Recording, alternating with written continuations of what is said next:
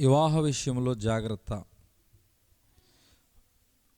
పరిచర్య ప్రారంభించిన దినాల్లో అనేక మంది తమ్ముళ్ళు నాతో పాటు కలిసి సేవ చేసేవారు. అందులో ఒక తమ్ముడు తను ఎక్కువగా ఊహించుకుంటూ ఉండేవాడు. అన్నా, నాకు కానీ ఒకసారి మైక్ ఇస్తే దుమ్ము దులిపేస్తా, బిలీగ్రామ్ గారి కంటే అద్భుతంగా ప్రసంగాలు చేస్తా, దేవుడు నాకు ఒక అవకాశం ఇవ్వాలే కానీ భారతదేశం మొత్తాన్ని మార్చేస్తా అంటూ ఇలా తన గురించి తాను చాలా గొప్పగా మాట్లాడేవాడు. ఇలా ఉండగా ఒకానొక రోజు ఆ తమ్ముడు నా దగ్గరకు వచ్చి, అన్నా, నేను ఒక తీర్మానం తీసుకున్నాను. ఒక ఆత్మీయుడు మరొక ఆత్మీయురాలని పెళ్లి చేసుకుంటున్నాడు. నా దృష్టిలో అది కరెక్ట్ కాదన్నా. ఒక ఆత్మీయుడు ఆత్మీయురాలు కానీ అమ్మాయిని పెళ్లి చేసుకుంటే ఆమెను కూడా రక్షించవచ్చు. నేను ఒక అన్యురాలని పెళ్లి చేసుకుని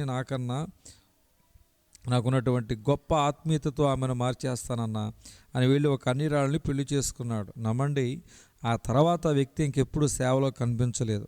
అతను అన్యురాలని మార్చడం కాదు కానీ ఆమె అతన్ని మార్చేసింది. తన ఆత్మీయత విషయంలో గొప్పగా ఊహించుకొని వాక్యానికి విరుద్ధంగా పెళ్లి చేసుకుని ఆత్మీయతలో జారిపోయి ఇప్పటికీ అదే స్థితిలో పడి ఉన్నాడు.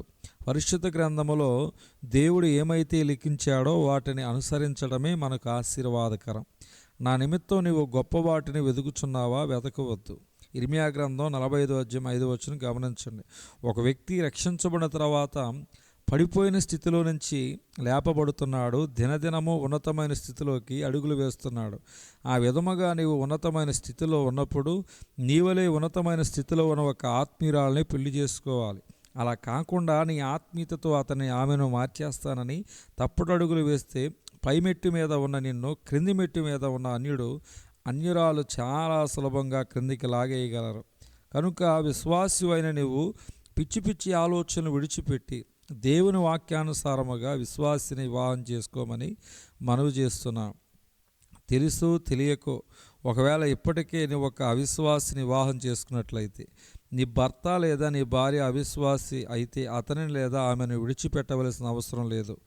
విశ్వాసైన భర్త భార్య తన విశ్వాసమును బట్టి అవిశ్వాసైన తన భార్యను భర్తను మార్చుకోగలదని బైబిల్ సెలవిస్తున్న ప్రకారం నీ విశ్వాసముతో నీ భర్తను భార్యను మార్చుకునే ప్రయత్నము చేయమని మనవి. 1 పేతురు 3:2. అదే సమయంలో ఆత్మీయ జీవితంలో హై థింకింగ్ అండ్ లో లివింగ్ చాలా ప్రమాదకరం.